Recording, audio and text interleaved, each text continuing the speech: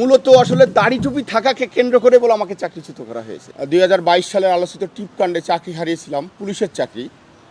তা ঘটনাটা ঘটেছিল ফার্মগেট সিজন পয়েন্টে। আমি আমার বাইক নিয়ে আসতেছিলাম, আসার পথে এক ভদ্রমহিলার সাথে আমার বাইকে লুকিং গ্লাসের সাথে ধাক্কা লাগছিল।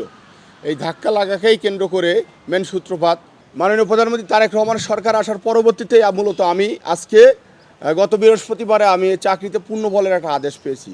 তো এই আদেশের মাধ্যমে আমি সরকার প্রধানকে ধন্যবাদ জানাতে চাই, আর অবিলম্বে যাতে এই আদেশটাকে কার্যকর করা হয় এর জন্য আমি মাননীয় স্বরাষ্ট্রমন্ত্রী স্যার এবং আমাদের পুলিশের আইজি স্যারকে দৃষ্টি আকর্ষণ করব যে আমি আসলে মজলুম।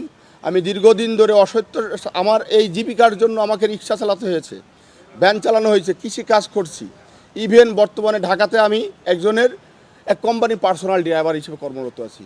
এবং আপনারা জানেন যে ওই ঘটনার দিন আমার 1 মাসের একটা বাচ্চা সন্তান ছিল।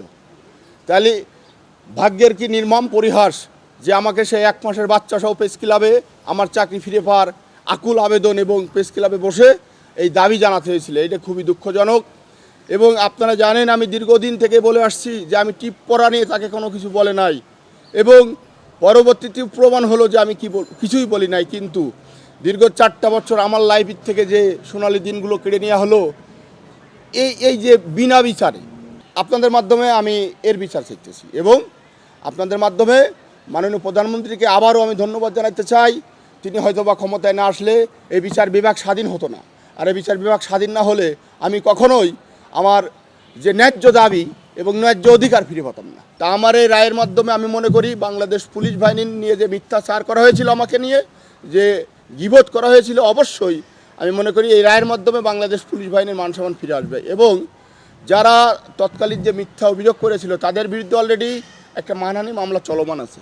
এবং সামনে চাকরিতে যোগদান করার পরবর্তীতে যে তদন্তকারী কর্মকর্তা রহিম আক্তার লাকি যে মিথ্যা প্রতিবেদন দিল, এর বিরুদ্ধে ব্যবস্থা গ্রহণ করবো ইনশাল্লাহ। মূলত আসলে দাড়ি টুপি থাকাকে কেন্দ্র করে বলে আমাকে চাকরিচ্যুত করা হয়েছে। আপনারা দেখেন লতা সমদ্দার বারবার বলছে, জিডিতে উল্লেখ করেছে যে লম্বা দাড়িওয়ালা, তার মানে কি তার মেন টার্গেট হলো দাড়ি, তাই না? কারণ আপনারা জানেন যে আসলে আমাদের দাড়ি টুপি নিয়ে যদি কেউ কটূক্তি করে খুবই দুঃখজনক।